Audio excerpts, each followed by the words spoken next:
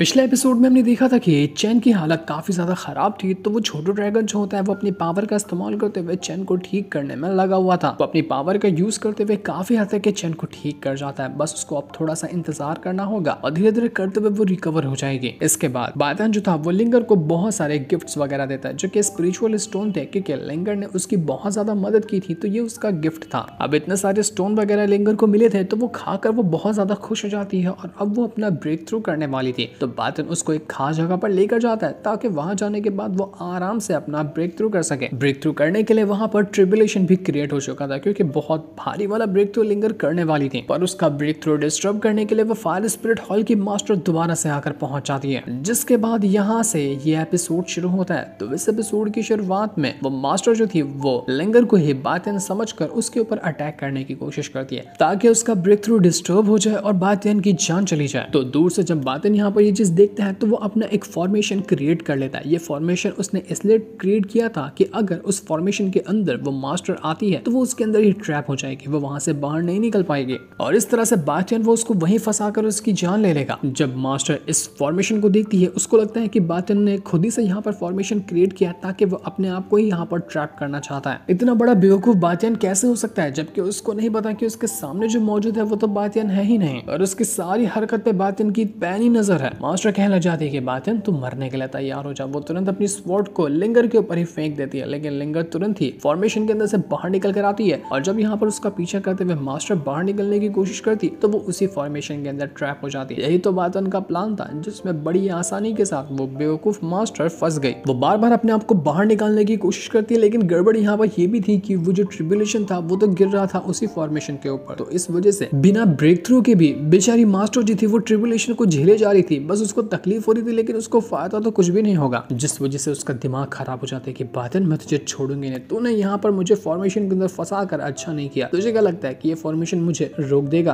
कभी भी नहीं। वो अपने पास से एक खास तरह का वेपन बाहर निकाल दिए और उसकी मदद से थंडर पावर को अट्रैक्ट करते हुए उस फॉर्मेशन को तोड़ने की कोशिश कर रही थी, जिसकी मदद से बातियन ने उसको यहाँ ट्रैप किया था। इस वजह से होता यह है कि वो जो अपना वेपन निकाली थी वो वेपन की वजह से फॉर्मेशन के अंदर थंडर पावर ट्रांसफर होते हुए लिंगर के पास जाने लग जाती है। बिल्कुल एक मिरर की तरह था वो डिवाइस, जिसके अंदर से थंडर पावर को भरा जा सकता है और उसकी मदद से उसको कहीं पर भी अटैक करने के लिए भेजा जा सकता है। तो यही काम वो बातियन के ऊपर यानी कि लिंगर के ऊपर कर रही थी। इस वजह से लिंगर को बहुत ज्यादा तकलीफ होती है, लेकिन वो फिर भी सारी तकलीफ बर्दाश्त कर रही थी। उसको इतनी तकलीफ हो रही थी कि मानो उसका शरीर फट जाए। उसने जो बातियन का रूप लिया था वो रूप भी यहाँ पर खत्म हो जाता है और अब पूरी तरह से ट्रिब्यूलेशन उसके ऊपर कहर बरसाने के लिए तैयार था। वो पूरा ट्रिब्यूलेशन खुद पर इतनी छोटी सी होकर भी झेल रही थी, लेकिन अगर उसको ब्रेक थ्रू करना है तो वो ये तकलीफ तो उसको झेलनी ही पड़ेगी, चाहे कुछ भी क्यों ना हो जाए। बातियन जब दूर से ये चीज देखता है तो वो कहने लग जाता है कि यार लिंगर तो प्रॉब्लम में है, लगता है कि बीच में आकर उसकी हेल्प करनी होगी। पर बातियन बीच में आकर उसकी हेल्प क्या कर पाता कि इससे पहले लिंगर अपना ब्रेक थ्रू कर जाती है और जब उसने अपना ब्रेक थ्रू किया था तो जहाँ वो एक छोटी सी बीस्ट जैसी नजर आती थी, अब वो एक क्यूट सी लड़की बन गई होती है, जो कि बिल्कुल एक एंजल जैसी नजर आ रही थी। उसने खुद को ट्रांसफॉर्म किया, अपना ब्रेक थ्रू किया और अपनी पावर को इंक्रीज कर दिया। और अब जब यहाँ पर बातियन लिंगर का इस्तेमाल करने की कोशिश करेगा तो यही छोटी सी एंजल बाहर निकल कर आएगी, जो देखकर बातियन काफी ज्यादा खुश हो जाता है कि अरे वाह, जरा देखो तो लिंगर को ये कितनी क्यूट बन गई है। मैंने बिल्कुल भी नहीं सोचा था कि ये अपना ब्रेक थ्रू करेगी तो इतनी प्यारी बन जाएगी। लिंगर तो तुरंत ही वहां पर आती है उस मास्टर के पास और उसका जो वेपन था जो थंडर पावर को रिफ्लेक्ट करता था उसको लेकर ही कल्टी मार लेती है कि ला मेरे को दे दे, ये वेपन तेरे कोई काम का नहीं है। जो देखकर उस मास्टर का दिमाग खराब हो गया, देखिए चोर चोर, ला मेरा वेपन मुझे वापस दे। पर जैसे वो लिंगर के पीछे जा रही थी, बातियन तुरंत बीच में आता है और अपनी पावर का इस्तेमाल करते हुए अपनी स्पिरिचुअल चेन को समन करता है और उसके अंदर उसने ट्रैप कर दिया था उसी मास्टर को। वो मास्टर उस फॉर्मेशन के अंदर पूरी तरह से जाकर ट्रैप हो चुकी थी और वो बाहर भी नहीं निकल पा रही होती है। इसके बाद लिंगर वो वेपन को सीधा बातियन को ला कर दे देती है। बातियन वो वेपन हासिल करके खुश था कि अरे वाह, ये वेपन तो मेरे आगे चलकर काम आ जाएगा, मैं इसकी मदद से किसी भी अटैक को रिफ्लेक्ट करते हुए किसी और के ऊपर कर सकता हूँ। बहुत ही मजेदार वेपन है ये तो।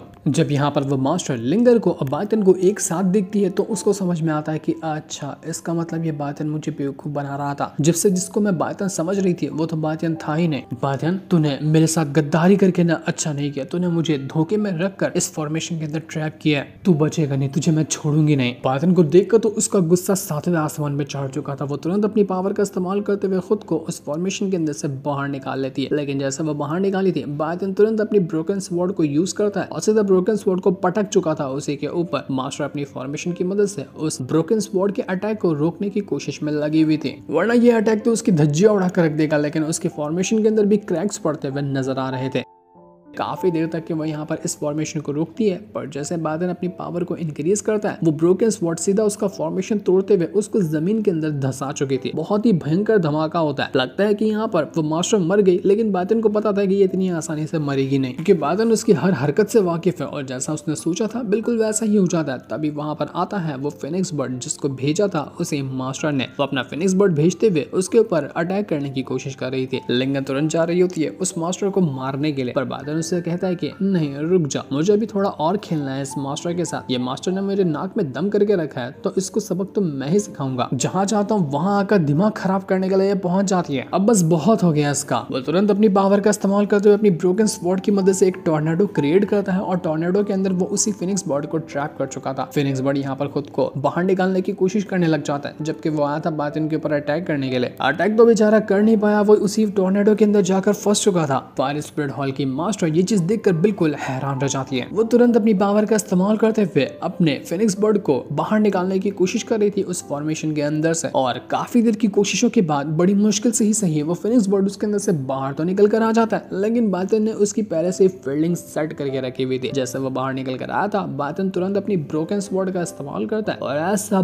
ब्रूटल अटैक देकर मार देता है उसी फिनिक्स बर्ड के ऊपर कि फिनिक्स बर्ड वहां पर मारा जा चुका था। फिनिक्स बर्ड का खेल ही खत्म हो गया। पिछले वाले फिनिक्स बर्ड को भी उसने डिस्ट्रॉय किया था और बड़ी मुश्किल से जब इस बार वो मास्टर दूसरा फिनिक्स बर्ड लेकर आए तो इसको भी बादन ने डिस्ट्रॉय कर दिया। जैसे ये हुआ था, वो फिनिक्स बर्ड एक पिल के अंदर जाते हुए नीचे गिरने लग जाता है। तो उस पिल को लेने के लिए मास्टर और लिंगर दोनों आकर पहुंच जाते हैं। मास्टर उसको लेकर आती कि इससे पहले लिंगर वो पिल उठा लेती है जिसके अंदर अभी भी उस फिनिक्स बर्ड की सोल मौजूद है। मास्टर कहती कि नहीं नहीं, मेरा फिनिक्स बर्ड मुझे वापस करो, मुझे वो चाहिए, वो मेरे लिए सब कुछ था। लेकिन बातिन कहता है कि तुम्हें चाहिए, ठीक है मैं देता हूँ ना। वो तुरंत अपनी स्वॉर्ड लिए चला जाता है उसी मास्टर के साथ फाइट करने के लिए और एक धमाकेदार अटैक देकर मार चुका था वो उसी मास्टर को, जिस वजह से वो मास्टर बहुत दूर जाकर फेंका जाती है। उसकी हालत खराब हो चुकी थी। वो इतनी ज्यादा गुस्से में होती है जिसका कोई हिसाब भी नहीं लगाया जा सकता। उसका दिमाग खराब हो चुका था। वो एकदम खतरनाक अटैक देखकर मार देती है उसी लिंगर के ऊपर की लिंगर नहीं उस फिनिक्स बर्ड को चुराया तो वो उसको छोड़ेगी नहीं। पर अटैक लगने से पहले ही बीच में बादन आता है और लिंगर को बचा लेता है, जिस वजह से लिंगर को कुछ भी नहीं हुआ था। मास्टर को कुछ समझ नहीं आता कि आखिर वो अब करे तो करे क्या। इसके बाद लिंगर जो थी वो उस पिल के अंदर जिसके अंदर फिनिक्स बढ़ गया था उसकी सारी पावर को निचोड़ते हुए वो खाली पिल को पटक कर फेंक देती है उसी मास्टर की तरफ कि ले ले जा, तेरे ऊपर एहसान किया मैंने। जब मास्टर उस खाली पिल को देखती है उसका गुस्सा 7वें आसमान पे पहुंच जाता है। वो गुस्से से लाल हो चुकी थी, उसका ज्वालामुखी फट रहा था। वो कहने लग जाती है कि बातियान और ये लिंगर तुम दोनों को मैं आज जिंदा नहीं छोड़ूंगी, तुमने मेरा सब कुछ बर्बाद किया, तुम बचोगे नहीं। पर बातियान भी पूरा फुल एटीट्यूड के साथ उससे लड़ने को तैयार था। उसको पता था कि ये कुछ भी क्यों ना कर ले वो उसको छोड़ेगा नहीं।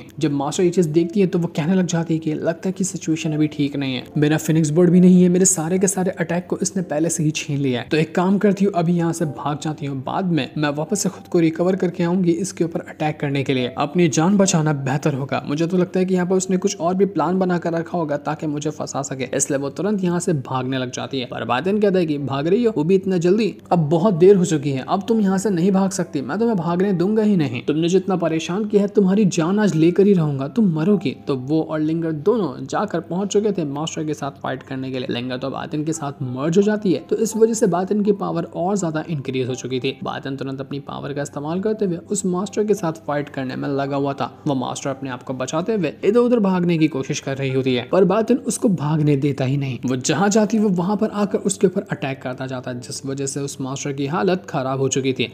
जैसे ही यहाँ पर बातिन उसको मार मार कर उसकी हालत खराब करता है कि तभी वहां पर जाओ भी आकर पहुंच जाती है। जाओ से कह रही थी मास्टर से कि कहाँ बचकर भागने की कोशिश कर रही हो, तुम्हें पता है मैं तुम्हारी जान बख्श सकती थी, अगर तुमने शराफत दिखाई होती तो एक बार में ही तुम अगर शांत बैठ गई होती ना तो बहुत अच्छा होता तुम्हारे लिए, लेकिन नहीं, तुम हर बार भागती हो, हर बार रिटर्न आती हो और वापस से हमारी जान लेने की कोशिश करती हो। इसलिए तुम जैसे खतरे की घंटी को ना जितना जल्दी हो सके उतना जल्दी खत्म कर देना चाहिए ताकि आगे का टाइम सुकून से गुजरे। इसलिए मैं तुम्हें छोड़ूंगी नहीं, तुम्हारी जान लेकर ही रहूंगी, तुम मरोगी आज। लेकिन वो मास्टर कहने लग जाती कि अफसोस कि तुम लोग यहाँ पर मुझे मार नहीं सकते, यहाँ पर कुछ भी क्यों ना हो जाए, अगर मैं मरूंगी तो तुम दोनों को साथ में लेकर मरूंगी, और अगर मैं नहीं मरी ना तो मैं तुम दोनों को जान से मार डालूंगी। वो यहाँ पर जाओ के साथ भी फाइट करने लग गई थी और अपना एक बहुत ही स्ट्रॉन्ग फॉर्मेशन बनाते हुए जाओ की जान लेने की कोशिश कर रही थी, लेकिन उसके हर एक अटैक को जाओ बड़ी आसानी के साथ रोकते चाहती। उसका एक भी अटैक जाओ को लग ही नहीं पा रहा था क्योंकि वो मार खा कर बातियान से मास्टर पहले से ही इंजर्ड थी थी तो उसका कोई भी अटैक उतना खास असर करता हुआ नजर नहीं आया।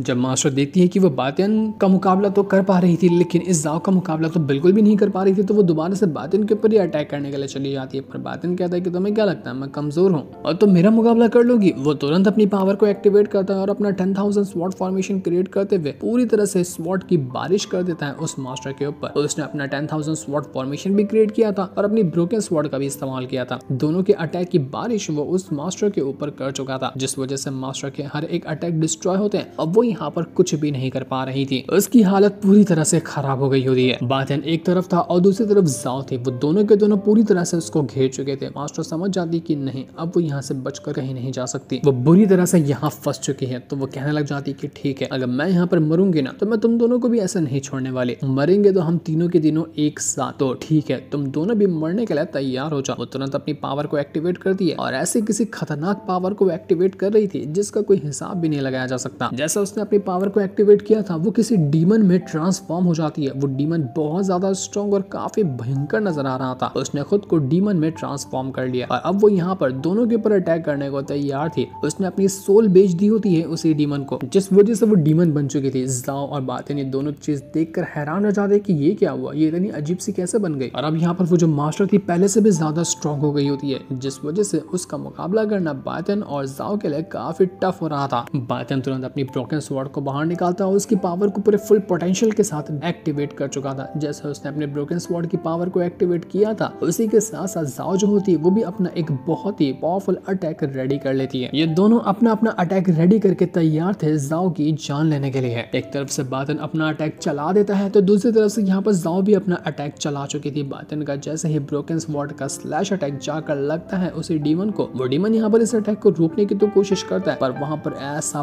भयंकर धमाका हुआ था जिसका कोई हिसाब भी नहीं लगाया जा सकता। ऐसा लग रहा था कि इस धमाके की वजह से फाइनली जाकर वो डीमन मारा जा चुका है और डीमन के साथ साथ हो सकता है कि जाओ भी मर गई हो। सब कुछ वहां पर धुआं धुआं हो चुका था और जब वहां पर से धुआं हटता है तो सारे के सारे लोग देख पाते हैं कि वहां पर डीमन नहीं है, नहीं मास्टर है, लेकिन अजीब सा एक धुएं जैसी चीज है वो वहां से बचकर भागा है, जो कि हो सकता है कि कोई सोल वगैरह होगी। बातियन कहने लग जाता है कि ये अभी क्या भागा, क्या मास्टर अभी भी बच गई क्या, या उसकी सोल यहाँ से बचकर भाग चुकी है। बातियन को कुछ भी समझ में आ ही नहीं रहा था। तो जाओ कहने लग जाती है कि हो सकता है कि उस मास्टर की सोल बचकर भागी हो या किसी भी तरह से उसने अपने आप को बचा लिया होगा, लेकिन अभी जो तुमने अटैक किया है ना तुमने उसकी काफी हद तक के कल्टीवेशन को डिस्ट्रॉय कर दिया। वो शायद ये वापस से कभी कल्टीवेशन कर पाएगी, तो मुझे नहीं लगता कि वो आगे चलकर हमारे लिए कोई खतरा बन सकती है। तुमने उसके ट्रेजर भी ले लिए, तुमने उसकी कल्टीवेशन भी डिस्ट्रॉय कर दिया। अगर बाय चांस वो बच भी गई होगी ना तो भी वो बिल्कुल एक यूजलेस होगी, तो तुम्हें अपने मन से उसकी फिक्र निकाल देनी चाहिए। तो बातियन कहना चाहता है कि अगर वो वापस नहीं आती है ना तो उसके लिए बेहतर है, लेकिन अब जब वो वापस आएगी तो वो खैर मनाए कि वो तब तक जिंदा थी, वरना उसको मैं जैसे ही अगली बार देखा ना मैं उसी टाइम उसकी जान ले लूंगा। जिस दिन को दिखाते साथ ही ये वाला एपिसोड यहीं पर एंड हो जाता है। Thanks for watching.